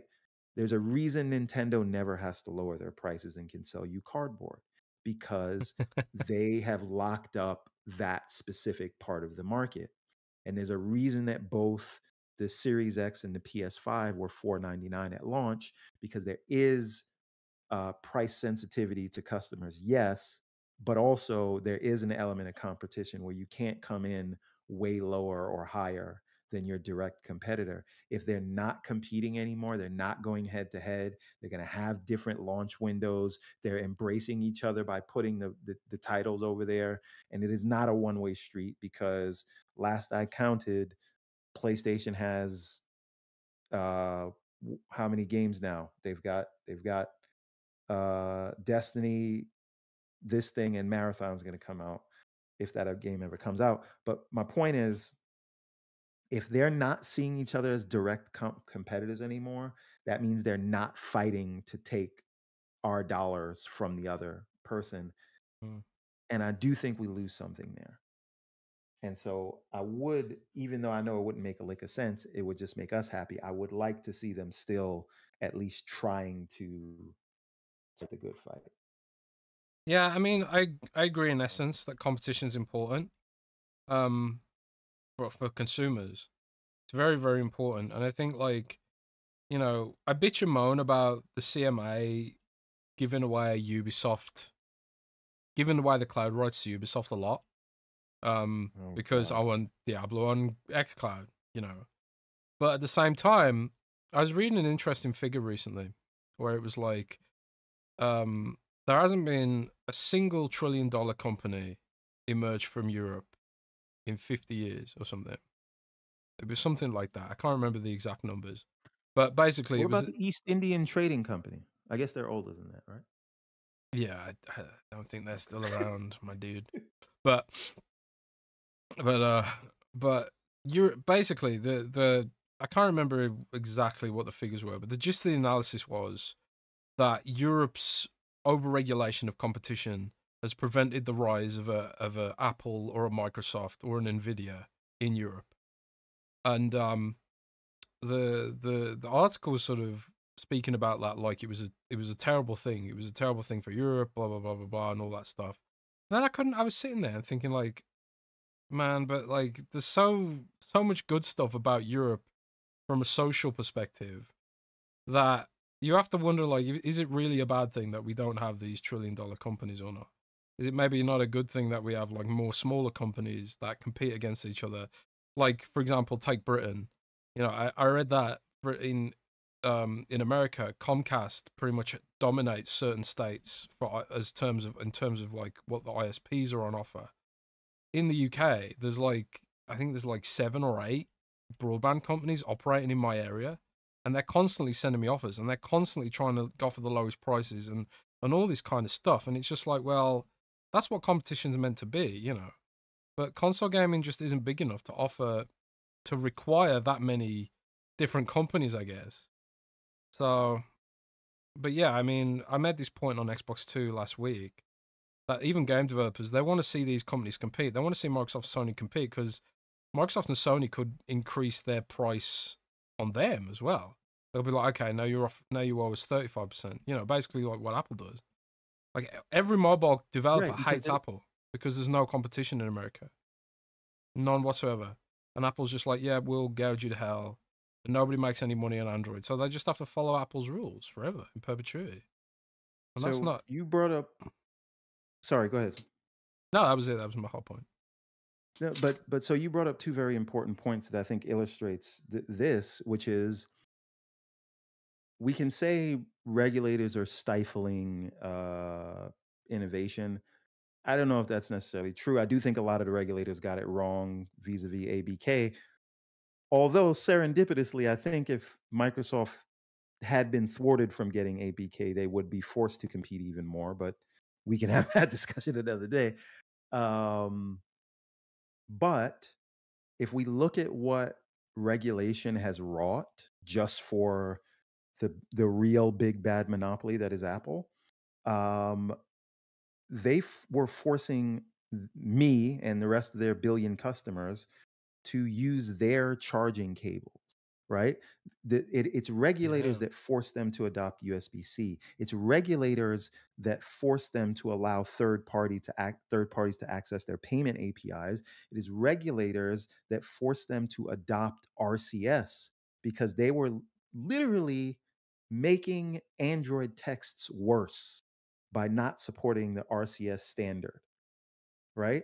And Yeah. anyone with an iPhone will tell you, "Oh my God, texting on Android is terrible." And everyone on Android would tell you, "No, you idiot. That's Apple that's making it that way." And so it's Or Europeans will regulators that tell you did just that. use WhatsApp. Nobody Well, texts in Europe. yeah, that's also true. But listen, I'm all Appled out, Apple Watch, Apple TV, everything. Uh, and I hate them, but that's just where I am. But my point is, the regulators made them do this, right? So regulators do have a role to play when their head is not up there, you know what. So I don't want to. I'm specifically talking about Margaret Vestager and the EU regulators as opposed to the CMA and the FTC, but still, regulator community, they serve a role, and it is to help us, and we can see all the things that they've done just to Apple alone, and Mm. they're getting ready to go after Google too. So um, I want to I want to badmouth the regulators, except the CMA and the FTC. But please continue. Um, Joaquin sent me an interesting thing, and he wanted us to get our opinion on it. Everborn, and it's a tweet here that says a war is going on between Ubisoft shareholders demanding that Ubisoft go private and replace CEO Yves Guillemot. They claim that the company's share price is being allowed to plummet so the CEO can buy more shares at a lower price. What do you think about what's going on here? Ubisoft in Um, general, their stock price, war going on between investors. Uh, is this, just another day and kind of like, hey, this is gaming these days. All these layoffs, all these things. Of course, it's going to happen to Ubisoft at some point, right? Uh, It's um, they're in a weird situation, Ubisoft. But I'll let everyone go first because it sounded like everyone had a good.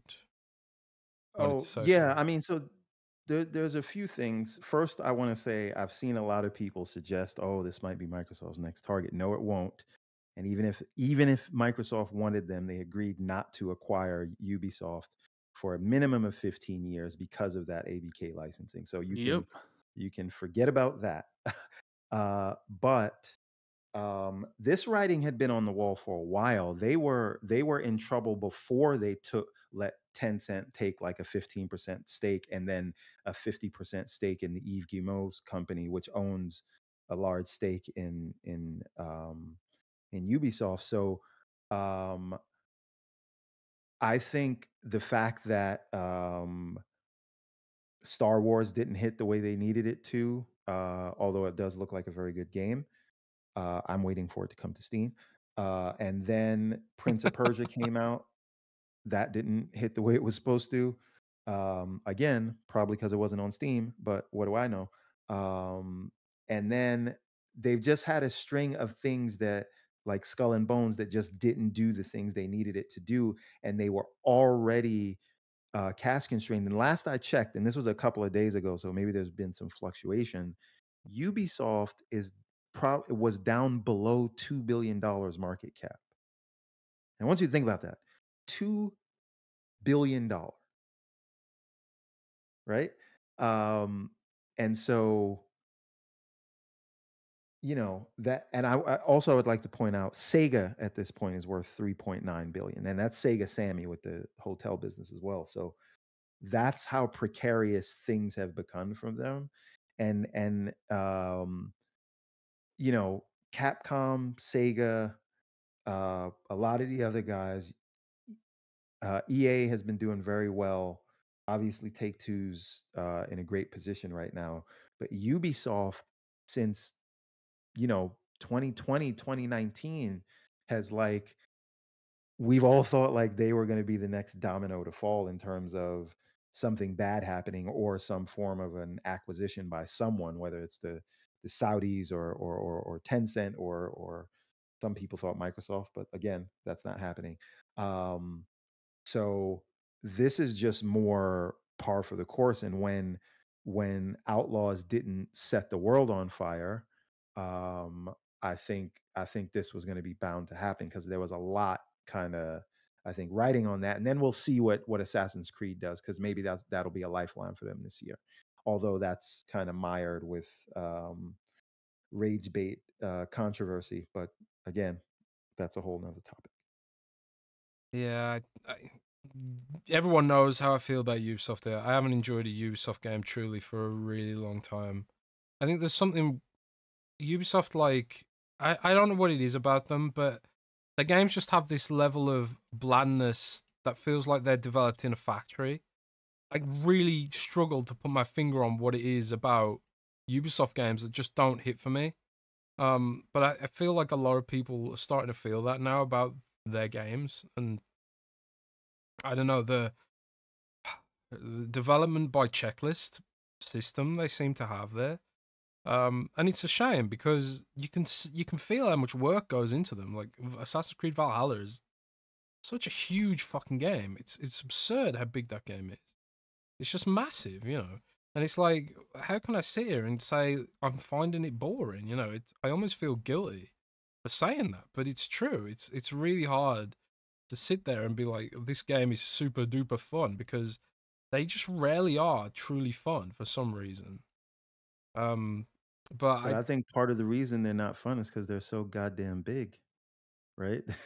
I mean, It's maybe, but The reason we've it's not also had fun is this. because you're doing the same thing every 10 steps. You go into one town and you do the same thing, and then the next town you do the same thing.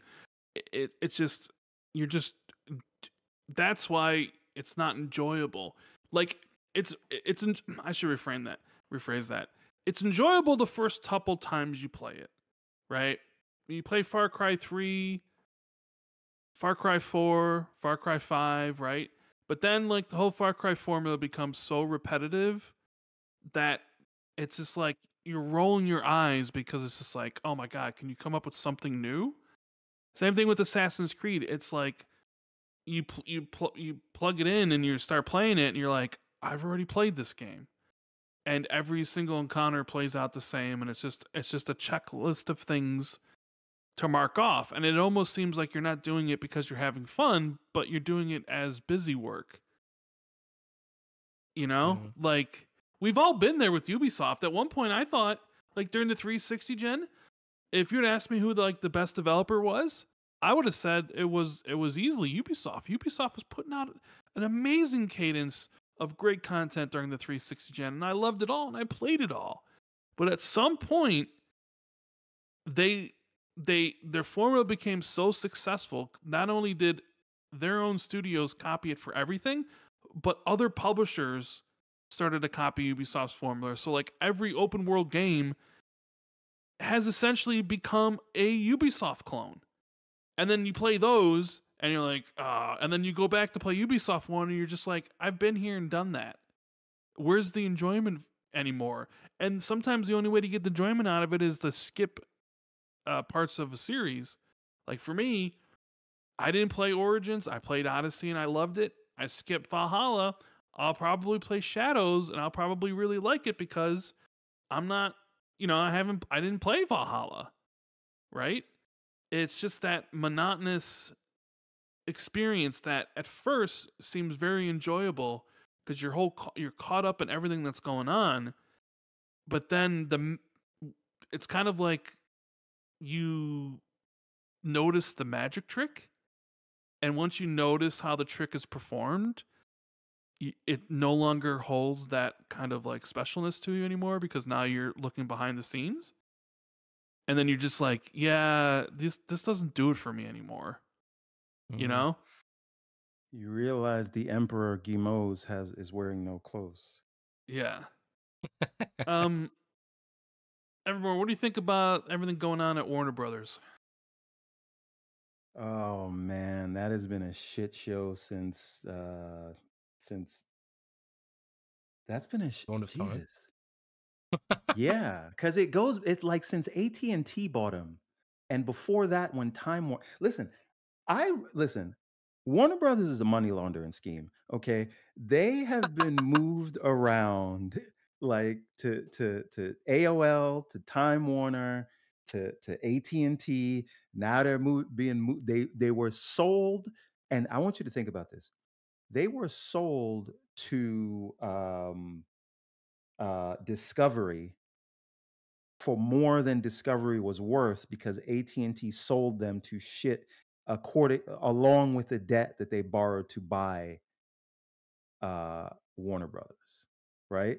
And so now Discovery wants to get rid of them, and Zaslav thought he was going to cut some stuff down.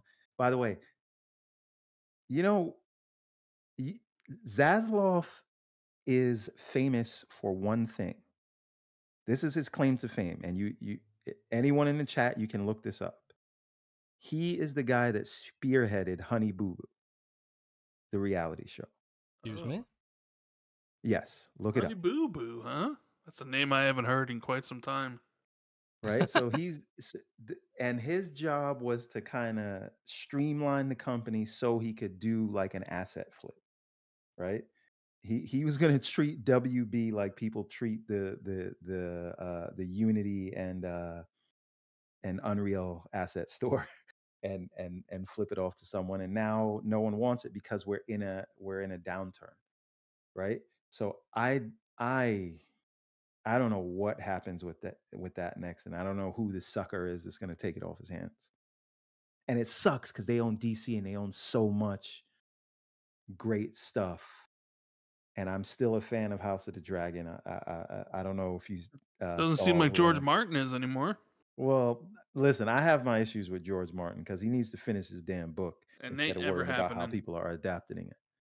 Because I'll say this here: Benioff and Weiss signed up to adapt your books, not finish it for you. And now he gets the benefit of saying, throw all the blame on them, but they ran out of pages. And the show was great when they had the pages. So maybe Mhm. finish your shit and they could And the have show adapted turned to kind properly. of crap when they had to make it up on their own, yeah. But it's not for them to make up. It's for George Martin. But he's gallivanting around the world complaining about how they're adapting his stuff that he won't finish. putting incest into Elden Ring front and center.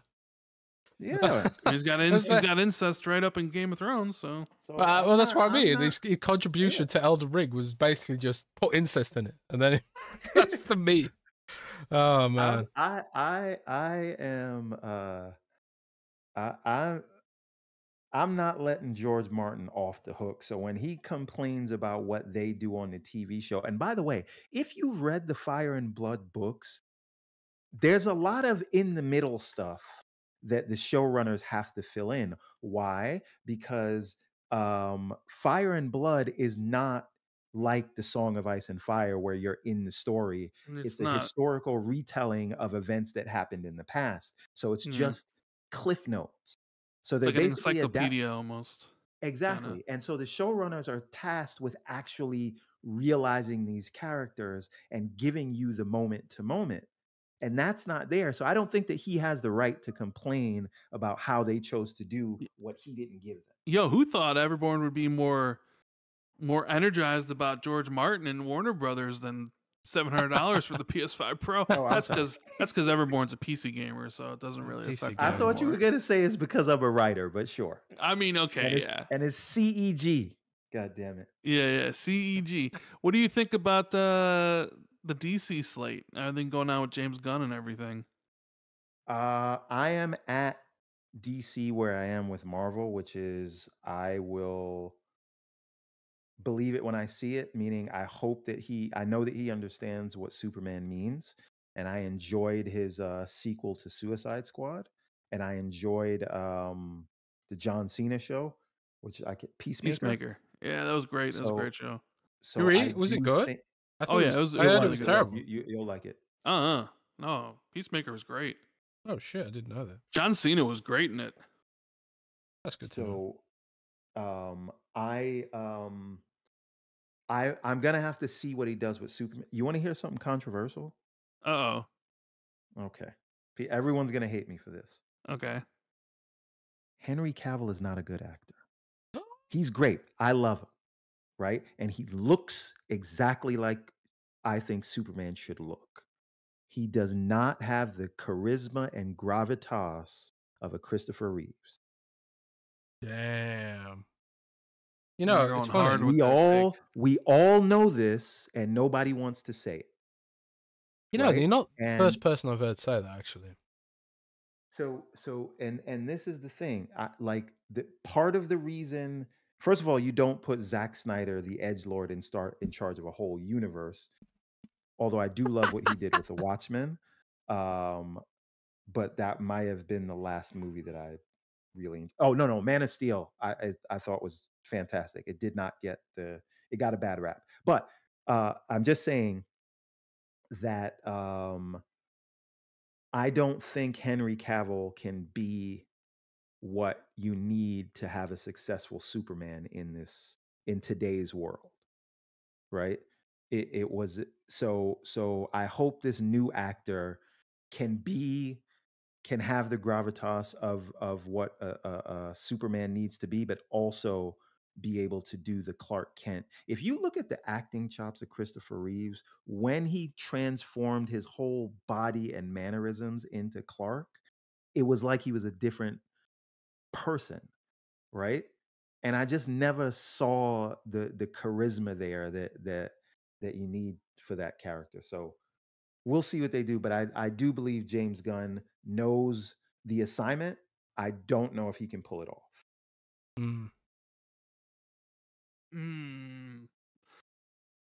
All right, well, here's an interesting one for you. Okay, I've just completely written off DC, to be honest. Yeah, well, James Gunn's a great movie at a director. And I think the Superman movie was going to be great, but I got a question here for you. Okay, so with everything Xbox is doing, their whole strategy moving forward, and you're, you being Mr. Big picture gamer, right? Yes, sir.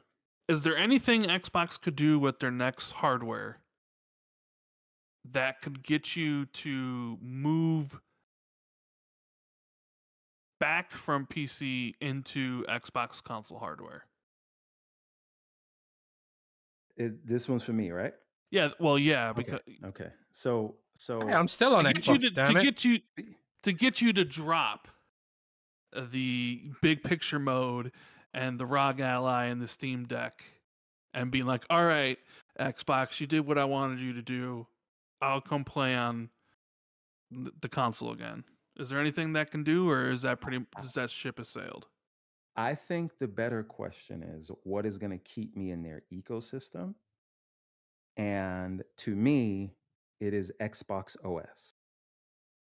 I see a future for Xbox where they've transcended this whole, they'll still make hardware like they still make the Surface, but they make a bespoke OS like on the Steam Deck, and that is how you'll interface them. And your Xbox UI that you know and love will come with you, and your games will come with you, and it'll be a PC in disguise. That they do that, or they make if they make a handheld, I'm going to buy it. So I'm a little bit of a fraud in that sense, but really all they have to do is make a handheld to get me back. But uh, Xbox OS is what I think they need to evolve into, and then a lot of the negativity and drama around this stuff would go away. Because honestly, again, this is controversial, right? If they transcend into an OS that is based on PC, where you just build or buy the hardware that you want, and that will be what your rig is, but you still have the user experience that you know and love. And hopefully some way they find out a way for forwards compatibility and you can play your whole library. Let them put everything on PlayStation in that world, because that'll be for the people who don't want to ascend to the waters of Lake Minnetonka, right? Um, let let them become an OS, let them put their games everywhere, but let the best experience live within their ecosystem. That's what they got to do to win back my praise. I'm an easy lay, right? Give me an Xbox OS, give me a handheld, and I'm right back like I never left. Mm. Okay, got the handheld, and you're good. How powerful does the handheld have to be, though? Like, what if they go a handheld route that only plays, your OG Xbox back compat, your 360 back compat, your Xbox One games, and your Xbox Series X games, but it doesn't play any of the new stuff? Do you feel like it has to play the new If stuff it's as well? if it's not, then there needs to be a mode where I can get the new games from the PC side of it. That's why I think it has to be a PC. But if it's a PC handheld, that means it's not going to be cheap. And so that's a conversation we'll have at that point. I'll buy it for sure, but like I don't need it to be super powerful, but I need it to be able to play everything. Like the Steam Deck is not the most powerful handheld, but it is good enough to where it's going to play most AAA games that don't have anti-cheat as a requirement. So that to me is the thing. I think the answer here is Windows. It's not the hardware. Let everybody else make the hardware and you make your own reference designs, right? Let Asus make a handheld Xbox with this OS. Let me go and buy a pre-built from NZXT or Micro Center or wherever that's running an Xbox OS. Because if they don't do this, Rand, I promise you, Valve is going to get to a place where they release that gaming OS that you can put on any handheld or any big PC that you want to connect to a TV. And at that point, forget about it. So they need to take this seriously. And that's what they need to do to win me, and I think a lot more people. All right. Jez, we got anything else you want to talk about? Yeah, buddy. I think we've done enough damage for 1 week. I think Yeah. there's a I awesome apologize discussion, to man. everyone. No, it was cool, man. We had it's been an interesting time in gaming. You know, we've got layoffs left, right, and center. We've got console manufacturers trying to figure out how to extract growth from a industry that doesn't seem to want to give them any.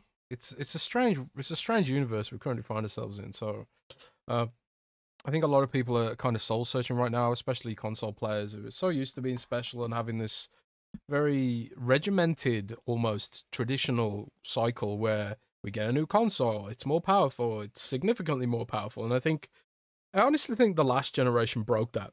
When we got like to the PS5 and Series S and X, and they weren't really offering vast improvements over the Xbox One. Certainly not the Xbox One X. You know, I think we still get 30 FPS games. There's all these like. I think Colt's got a viral tweet up right now, which is like, this console generation sucked, and there's still so many amazing games to play if you look for it, if you want it. But the sort of the covenant between the console player and the console manufacturer seems to have been impacted somewhat, I guess, for a variety of reasons. But it's really awesome to talk to you, Everborn. Obviously, Thank you, check man. out Everborn Saga's Kickstarter in the description. If you're watching this on Patreon, thank you so much for your support. If you're watching this a bit later on my channel, thanks again for your support there as well. Everborn, where can the good people of Xbox 2 community find you on the interwebs? Well, the main place they should find me is going to Kickstarter.com and just typing in Everborn. I'll be right at the top. But also, I happen to be Everborn Saga everywhere. So that's Xbox, PlayStation, Steam, VR, like Meta, whatever, Instagram, Facebook, you name it, X, Twitter, whatever Elon's calling it these days, Threads? TikTok, there too, everywhere. Type in Everborn Saga and you'll find me. But more importantly, go to Kickstarter. This is a big thing. We put 3 years into this project. It is 72 pages of, I promise you, some of the most high quality comic book that you will get. And like I said, we like to think of it as Lord of the Rings meets X-Men. And it's one story, two timelines, told across 3 different series, just following a different character and telling the story from their perspective. I really think you're gonna like it, and I really, don't do it because you're doing me a favor. Do it because you like cool ass stories, and I really think that we can take this thing to the next level and go Hollywood, man. That's You awesome. guys can help with that. Hollywood? You didn't change your name to Hollywood Saga? Oh, that's a great idea. I like that. I like that. Hollywood Saga. I like that Yes, too. yes. No pitches, please. Mm-hmm. Mm-hmm. Well, awesome stuff, man. And obviously, everyone knows where I find Rand. Randolph19, Yeah, around the million. you can find me on Twitter and YouTube, although I don't really tweet anything. So And on his mountains of YouTube millions. All the cast. yeah, He swims in it like Scrooge McDuck. I Oh, wish, but man. that ain't true. You should tweet something today, Rand, about the PS5 Pro, man. It's going to go down in history. But thanks Yeah, everyone we in the need chat. Dark Rand back. Yeah, we need Dark Rand. Dark Rand. Yeah. Tweet something dark today. But thanks everyone in the chat for hanging out with us. And we will be back on Friday with regular Xbox 2 programming. Probably talking about some of the same stuff we talked about today. Yeah.